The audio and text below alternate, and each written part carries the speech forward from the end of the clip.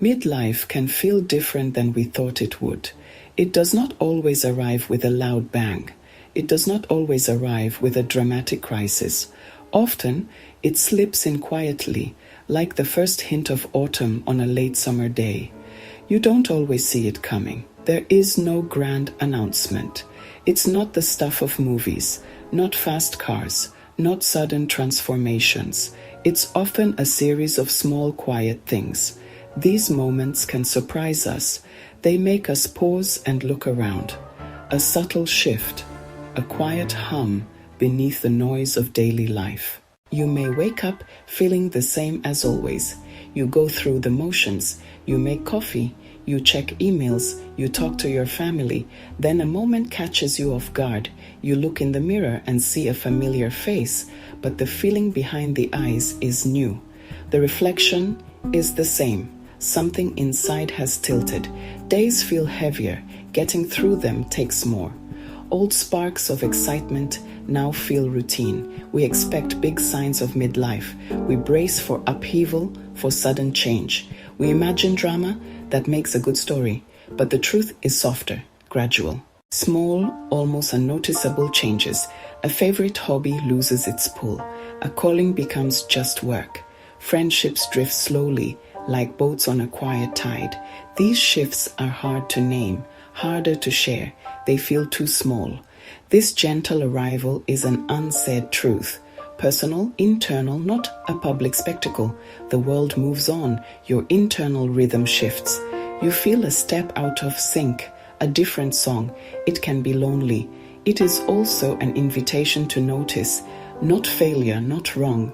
A new chapter beginning with a whisper you have to lean in to hear.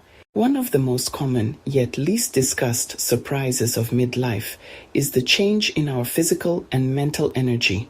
It is a slow, creeping realization. We used to be able to do more with ease. We could burn the candle at both ends and bounce back quickly. Now, we find ourselves planning for rest.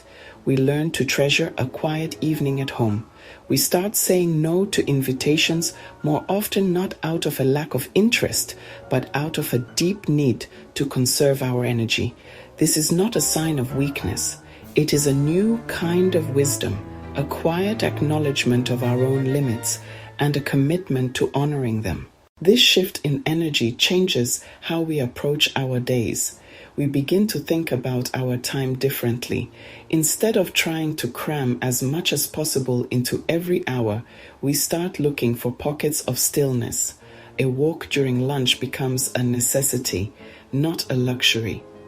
Waking up a little earlier for a quiet cup of coffee becomes a cherished ritual. We learn to work smarter, not harder. This adjustment can be frustrating at first. It can feel like a loss. But over time, it becomes a way of living that is more intentional and more sustainable.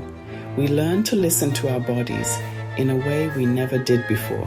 That nagging ache in the back is no longer something to be ignored. The feeling of exhaustion at the end of the day is a signal to slow down. This new awareness is a form of self-care, a practical application of the wisdom that comes with age. We learn that pushing through is not always the answer. Sometimes the most productive thing we can do is rest. We learn that our bodies are not machines. They are living things that need care, attention, and kindness, especially now. Accepting this change in energy is a quiet act of grace. It means letting go of the person we used to be, the one who could run on fumes and still function. It means embracing the person we are now, someone who needs more rest but is also more attuned to their own needs. This acceptance does not happen overnight. It is a gradual process of letting go and learning to be gentle with ourselves. We learn to value calm over chaos and stillness over constant motion. In this quiet shift, we find a new, more grounded way of being in the world. Another surprise of midlife is the arrival of a new kind of doubt. In our youth, doubts were often loud and urgent. They shouted at us, demanding answers and immediate action. But the doubts of midlife are different. They tend to whisper. They sit with you in quiet moments, on the drive home from work, late at night when the house is still. You might find yourself quietly asking, did I choose the right path? You might wonder about the career you have built. You might wonder about the relationships you have nurtured. You might wonder about the dreams you set aside along the way. These questions are not always born of regret, but of reflection. These whispered doubts are not always a sign that you have made a mistake. They are often a sign that you are growing. They are an invitation to look at your life with fresh eyes. In our 20s, in our 30s, we are focused on climbing the ladder, raising a family, meeting external expectations. In midlife, some of that pressure begins to ease. There is more space for introspection. The quiet questions that arise are not there to torment you. They are there to guide you toward a life that feels more authentic and true. You may look at your job and wonder if it still brings you meaning. You may look at your relationships and question if they are truly nourishing you. These doubts can feel like a small, persistent stone in your shoe. They are not debilitating, but they are a constant reminder that something needs your attention. They prompt you to listen more closely to your own heart. They encourage you to consider small changes that could lead to a greater sense of fulfillment. Midlife is often a time of quiet, accumulating losses. These are not always the big, dramatic losses that command public mourning. They are often smaller, more private sorrows that we carry with us. A close friend moves to another city, and the friendship slowly fades over time. A dream you once held for your career gently dissolves as reality sets in. A child grows up and leaves home, leaving behind an echo of silence in the hallways. These losses do not arrive like a sudden storm.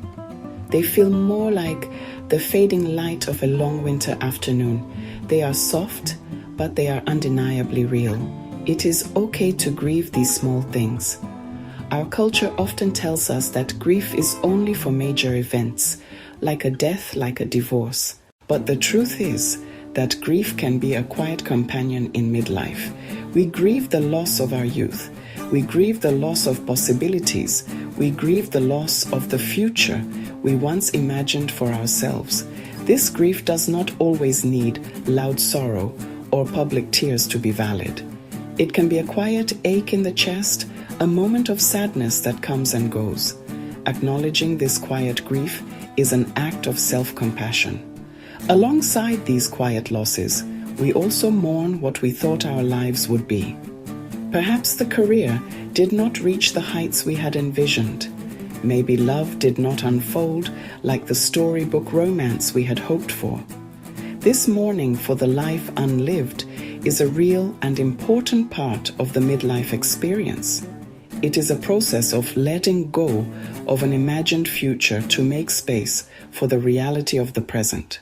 It is in this space that we can begin to find acceptance. We learn to appreciate the life we have with all its imperfections and unexpected turns. This process of quiet grieving is not about dwelling on what is gone. It is about making peace with it. It is about acknowledging the sadness without letting it consume us. We learn that it is possible to hold sorrow and gratitude at the same time. We can be sad about a dream that did not come true, while also being grateful for the lessons we learned along the way. This quiet integration of loss is a profound part of midlife growth.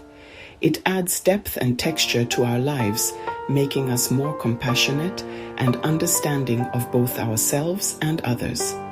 One of the most surprising and welcome truths of midlife is the emergence of a new kind of freedom. For so many years, we are driven by the need to prove ourselves. We strive for good grades. We strive for the right job. We strive for the approval of our peers. We strive for the validation of society. The pressure to perform and to meet external expectations can be relentless. But in midlife, that pressure often begins to ease. You may find that you care less about what other people think. You may realize that many of the things you once thought mattered deeply simply do not anymore. This release from external pressure creates space in your life. It is a quiet, internal liberation. With this newfound space, you can begin to explore things that are truer to who you are now. You might pick up an old hobby that you abandoned years ago. You might start a small creative project, not for fame or fortune, but simply for the joy of it. You can learn to prioritize your own well-being, to care for yourself first, without feeling selfish. This freedom also extends to our relationships and our choices. We may feel less obligated to attend every social event. We may feel less obligated to maintain friendships that no longer feel authentic. We learn the power of a gentle no. This allows us to invest our limited time and energy in the people and activities that truly nourish us. We begin to edit our lives, curating a world that feels more aligned with our values. This process can be quiet and gradual, but its effects are profound. It leads to a life that feels less cluttered and more intentional. Embracing this freedom is a quiet rebellion against the hustle culture that dominates our world. It is a declaration that your worth is not measured by your productivity. It is a declaration that your worth is not measured by your social status. It is a commitment to living a life that is authentic, even if it is smaller or quieter than the one you once envisioned. This freedom is not about having everything you want. It is about wanting what you already have. It is about having the courage to let go of what you do not. It is a steady, quiet strength that becomes one of the greatest gifts of the midlife years. Midlife often brings a significant shift in our sense of belonging. The social circles that defined our younger years may begin to change. Friends from college, friends from early career days might move away or drift into different life stages. The groups we belong to through our children's schools and activities may dissolve as the kids grow up. You might find yourself feeling lonely in a crowd, disconnected from the conversations around you. This can be a disorienting and isolating experience. You can feel like you are standing on the edge of a party, no longer sure where you fit in. At the same time, this period offers the opportunity to form new, deeper connections. As we become more comfortable with who we are less likely to seek out relationships based on convenience or shared circumstances. Instead, we are drawn to people who see us and accept us for who we are, quiet doubts and all. These new ties are often less about shared roles, co-workers, parents, and more about shared values, truth, small, consistent kindnesses. These are the friendships that can hold the weight of our quiet days and our unspoken worries. Building these new connections takes time and intention. It requires vulnerability. It means being willing to share your small truths with someone. You do not need to deliver a grand speech about your midlife journey. It can be as simple as saying to a friend, "I have been feeling quiet lately. I find I need more stillness these days." These small acts of honesty can open doors to deeper understanding and connection. They let others know that it is safe to be real with you, creating a space for a more authentic kind of community to grow. This new sense of belonging is often smaller and more intimate than what came before. It may not be a large, boisterous group, but a few trusted souls who understand your need for both connection and solitude. You learn that belonging is not about being in the center of the action. It is about knowing that there are people in your life who will listen without judgment and offer a quiet presence when you need it most. This form of belonging is a soft place to land. It is a quiet anchor in the shifting tides of midlife, providing a sense of stability and peace. Perhaps the most profound truth we learn in midlife is the importance of self-kindness. The inner critic has been a constant companion, and now it can feel especially loud. It can whisper, "It's too late," or "You should have achieved more by now." These critical thoughts do not help us. They only hurt and diminish us. The quiet work of midlife is learning to speak to ourselves with a softer voice. It is learning to say, "You did the best you could with what you knew. and it is okay to rest now. This practice is not always easy. It requires a conscious effort to challenge old patterns of self-criticism.